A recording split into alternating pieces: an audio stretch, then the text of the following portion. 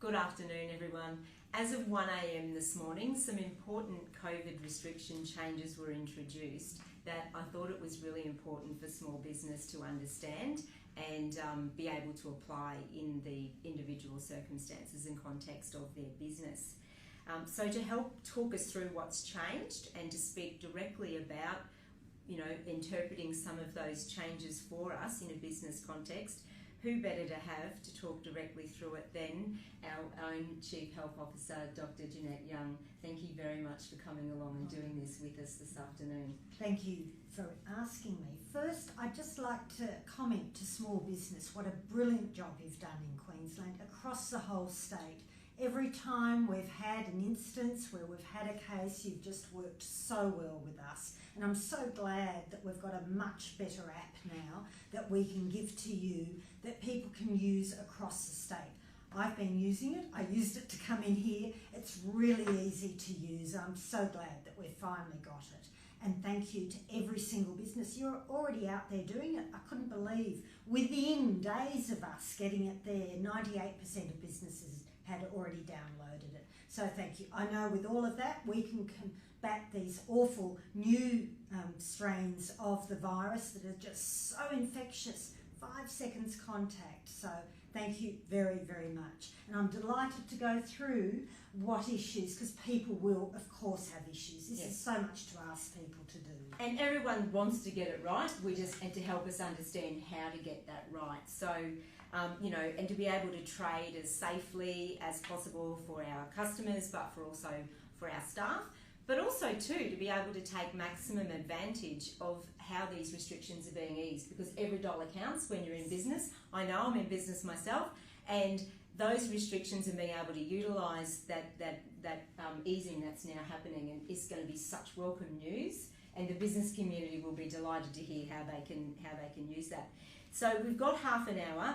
We have already received a heap of questions. Most of them relate to the mandated expanded use of the check-in app, so we'll spend a little bit of time doing that. Doesn't mean you still can't keep asking questions, so please by all means feel free to post those questions or direct messages on our social media or however you get in contact with us. We'll then work with Dr Young's team to make sure that we get those clarifications for you, and that will also help frame some of those FAQs that have been really great. We're going to include links to those, and we're also going to include links to the documents and the areas of what's changed for you, just so you make sure you've got everything you need so you can navigate your way through it.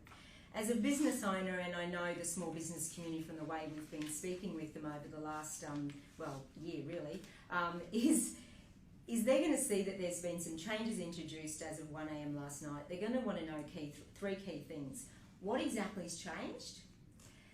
How long do we have to adapt to those changes and get it all right? And what happens if we don't? What if we miss something? Right. They're the three things most business owners are going to want to know. Well, the first thing is, you're so good at this that I've got very few concerns, really. The things that are going to change is, first off, you can increase your density.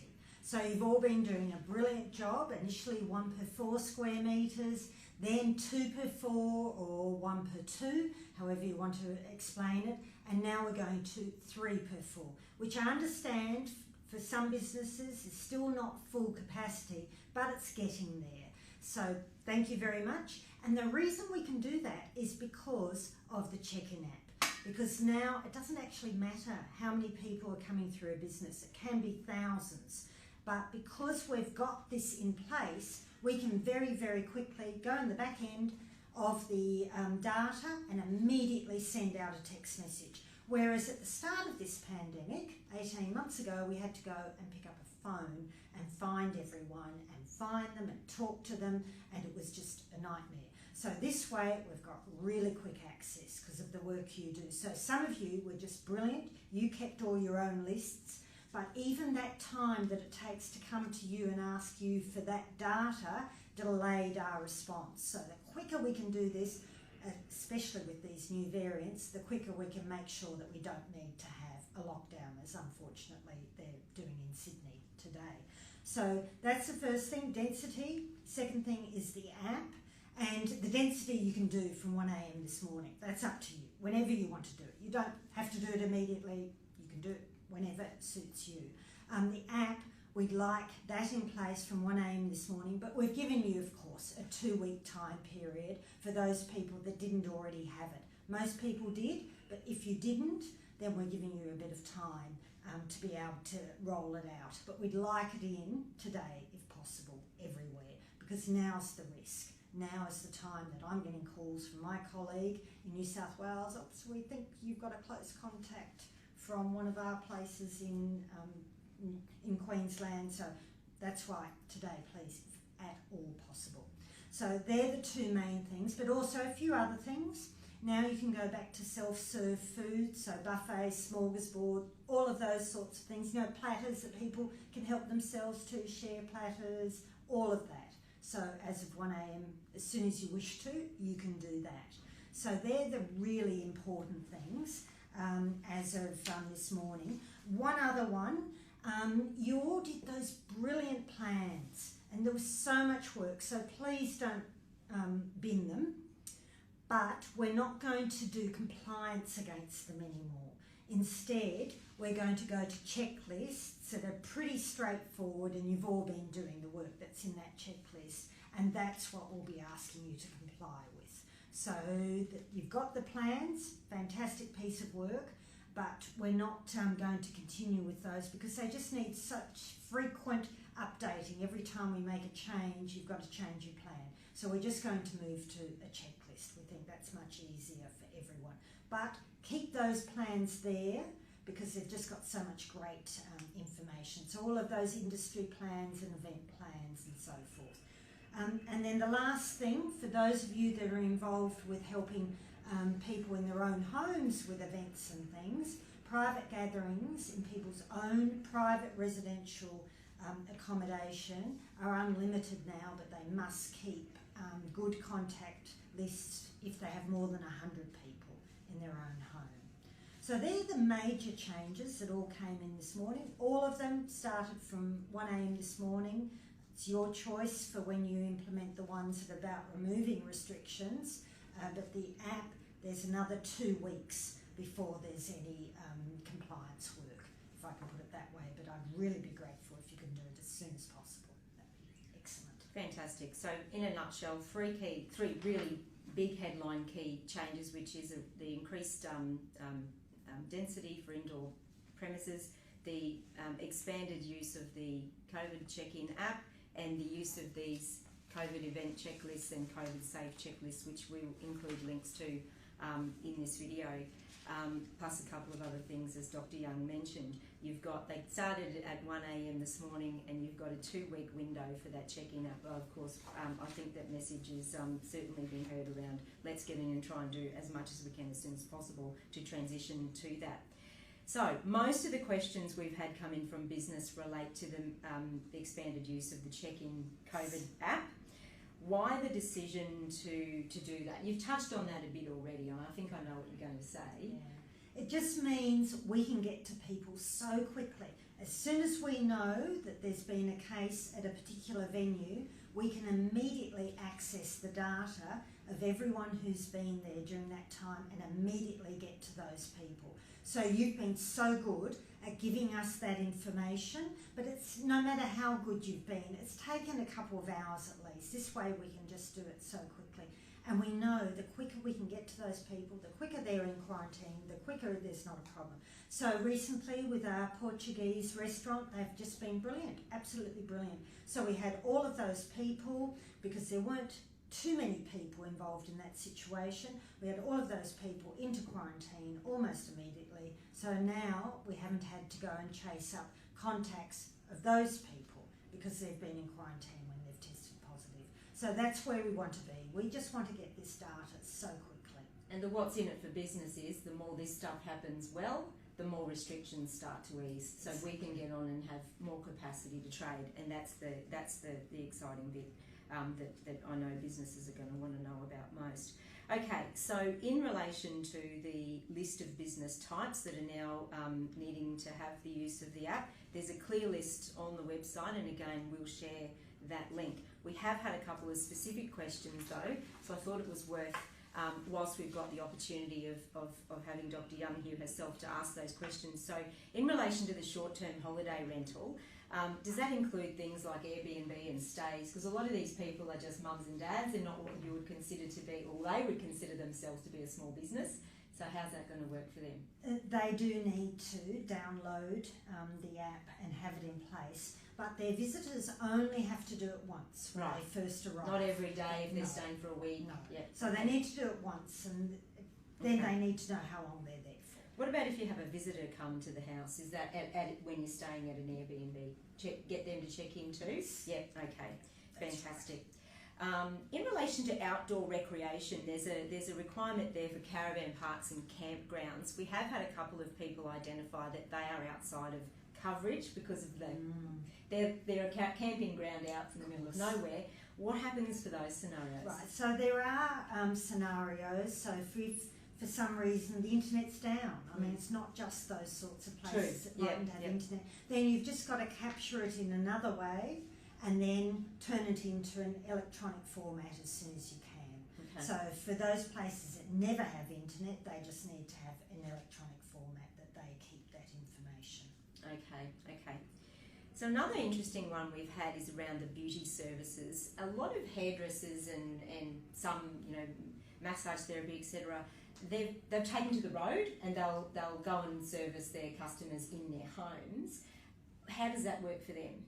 They should keep that information themselves. That's good practice. And of course they are. They're running a business, so they have it. But they're going into someone's private The premises home. is in fact someone else's house, So there's no requirement there. Okay. People come into your own home, whether it be workmen, tradesmen, beauty therapists, anyone else, that's private. That's not included because you know who comes into your own home. So if you did become a case, you'd know who's been there. So shopping centres are also on the list, and that's new. So checking in at a shopping centre, one of the questions we've had relates to food courts. So presumably a customer has checked in as they've entered the shopping centre.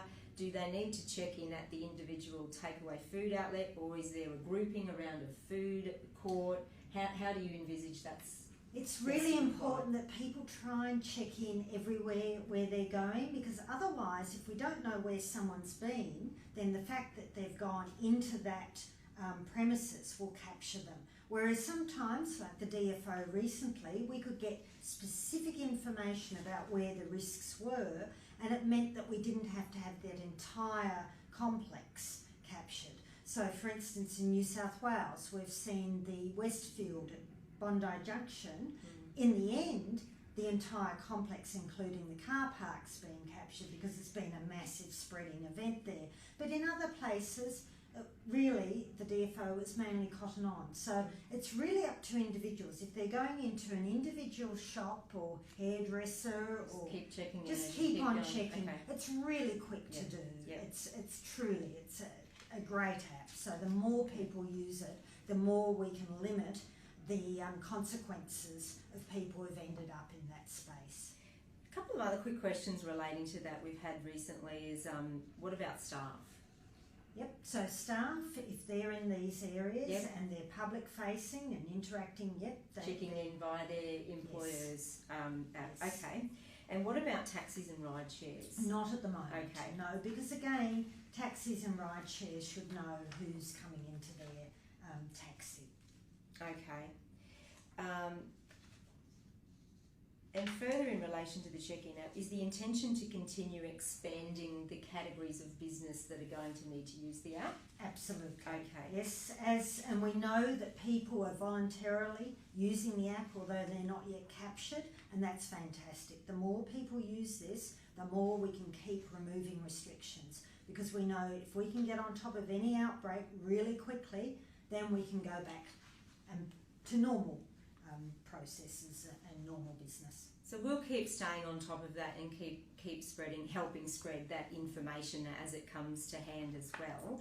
Had a question relating to minors. So in particular, say a dance class or that sort of scenario, how do they go about it? If the parents are concerned, particularly around their children's data, for example? Right. Well, children under 16 aren't required to check in Okay. anywhere. Right. They don't necessarily have phones. There's no requirement. True. If they're with a parent, then the parent should check them in as part of their check-in process. Right, okay. And the other thing is that children, normally people know where they are. The dance teacher will know who's in that class. The parents will know where their child is. So that's why there's no requirement for children. For them to check in separately as an individual under 16. Okay. Question from a Chamber of Commerce we got was around outdoor markets. Multiple entry points, where do they put multiple? When they say multiple, they're meaning a lot of entry points. Yeah. How do they manage that sort of thing? What's your advice there? The fantastic thing is you can just take this QR code and photocopy it as many times as you need and just plaster it up everywhere. Yep. So it doesn't matter how many entries. In actual fact, I think the more entry points the better, because you won't get people gathering and waiting to QR code at that point. So just put it up everywhere. That's a really good thing about this. So we've talked about the key things that have changed. We've talked about the time frame that people have got to get their house in order and get the app ready for customers to start using. Obviously the restrictions easing around density is immediate, happened as of 1 a.m. this morning. What about the consequences? So particularly in relation to the check-in app, is the onus on the business to be checking these things that their customers have actually checked in, or is the individual going to have to take some responsibility here for this as well? Ultimately, it's the individual. Okay. The individual has a responsibility to check in, but the business has a responsibility to make sure it's prominently displayed and there are plenty of them so that people don't get frustrated because they've got a queue to go and do the check-in process. And also the business should make some sort of attempt to see that people are checking in. So if they can see people are just marching into their business without any attempt to check in, if it's safe, I don't want any staff member to get into an altercation. Into conflict, absolutely not. Then they might like to say, could you check in? As people have done to me many times. I mean, businesses have been really, really good about this. They should use common sense, and they've been really good at doing that. So do they need a dedicated check-in marshal? No, absolutely not. No, I don't want to put more costs on. So as long as if you see someone walking in, you can call out and say, have you checked in? And as long as they sort of don't obviously ignore you and you just ask it, okay. Yeah, exactly. Yeah. So but common sense seems like what you're saying. To be honest, I think most people will check in because it was frustrating when you had to go and enter your data every single time. I certainly was frustrated by it, but now it is so simple. So I think that the vast majority of Queenslanders have been brilliant in working with us with a whole range of things. So I think it's a good process now. The one thing business will have to do is for those people who don't have smartphones and just assist them. Yep. So if they could check in for the person on their business version, that would be good. Yep. Or if they can't for whatever reason, say they lose the internet or something, to write it down and then try. But I just think transcribing is a lot of you work. can lose accuracy and things as well. So are there actually going to be penalties if a business, say speaking about the business owner or the staff, are there penalties for blatantly not caring and doing? All of our directions have got penalties that have been standard right from day one. And on the individual? Yes, but that's not where we want to go. No, I know. I just know that's a question that people are keen to know because obviously that's a thing to be mindful of in the back of your mind. Yes. And is the Queensland Government going to be running a education campaign for the individuals? Because of course, as you said before, you don't want to be seeing businesses put their staff in sort of aggressive situation with a customer. We hear lots of stories where things like that can escalate quickly. So is there going to be an education campaign to just eliminate or minimise as much as we can? Okay, absolutely. That's comforting for businesses to hear that responsibility is on the individual as well, I'm sure.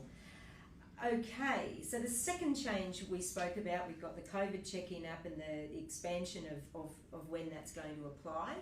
The other thing you mentioned was the easing of restrictions. So in a nutshell, indoor density restrictions are largely going from the one person per 2 square metre rule to 3 people per 4 square metre rule. So from 50% capacity up to 75%, say.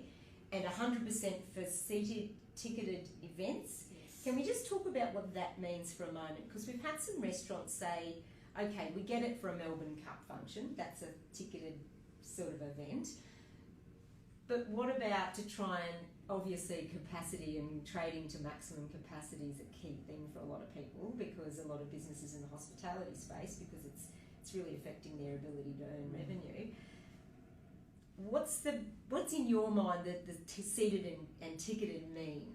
Well, seated and ticketed is a stadium type environment, Okay. or a cinema, Okay. or a performance venue where you just sit in your seat Mm-hmm. and you go there. You might have an interval, then you leave.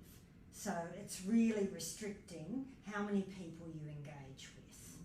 So the 3 per 4 square metre, you can stand, you can walk around, you can move tables, you can be everywhere. The staff intermingle, so if you think in a hospitality situation, in a restaurant or a club, the staff are moving all around.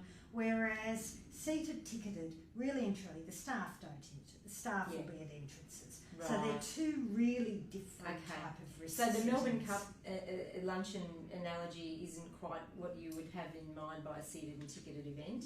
No, that would be your 3 per 4 square metres. Okay. Well, that's really important clarification to understand, because I know that's something a lot of businesses have been asking us, those businesses in the hospitality space. Every customer counts, and if they can, you know, mind you, 3/4 is better than 50%, so that's really important. Okay, so we've covered off the 3. Oh, we haven't gotten to this one yet, which is the checklist and the event checklist as well. So they're available as a document. I've just downloaded one here. This one's 4 pages. This is the event one. The other one looks very, very similar. There's some guidance material. They only came online last night. How long have we got to get these done? I'll just start using them because they're so much easier than your plans. Yep. So your COVID safe plans, I know because I've had to read all of them. They're up to 130 pages. So I don't know how people have managed to follow those. That was an enormous amount of work. So this was done to absolutely simplify the work for all of you. So please start using them as soon as you can. So I'm sure we're going to have a lot more questions that people are going to think about as they start to practically implement some of these changes. So continue your questions coming. We'll continue the dialogue with yourself and your team.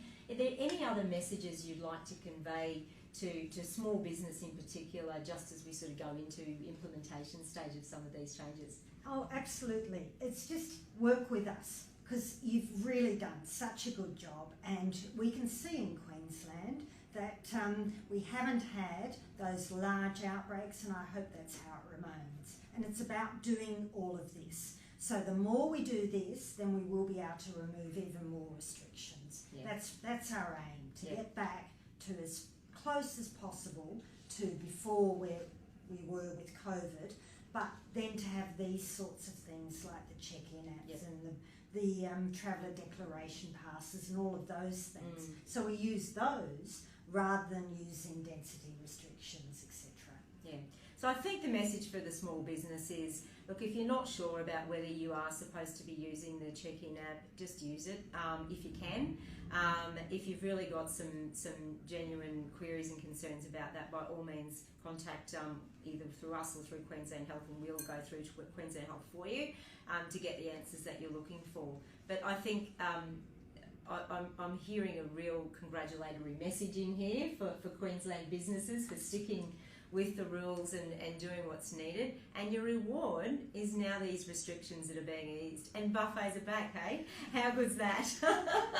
Excellent. On that note, we might finish there and let you go. I know you're heading off to an important meeting now, so we'll leave it there, and I really appreciate your time, and you've been so generous with your time and so accessible throughout all of this. And congratulations too on the announcement that was made earlier as well. I think that's a fantastic news. We'll have to start getting used to calling her Excellency soon. Not till the 1st of November. I've got a lot of work to do, but thank you very, very much. All right, thanks everyone. Thank you.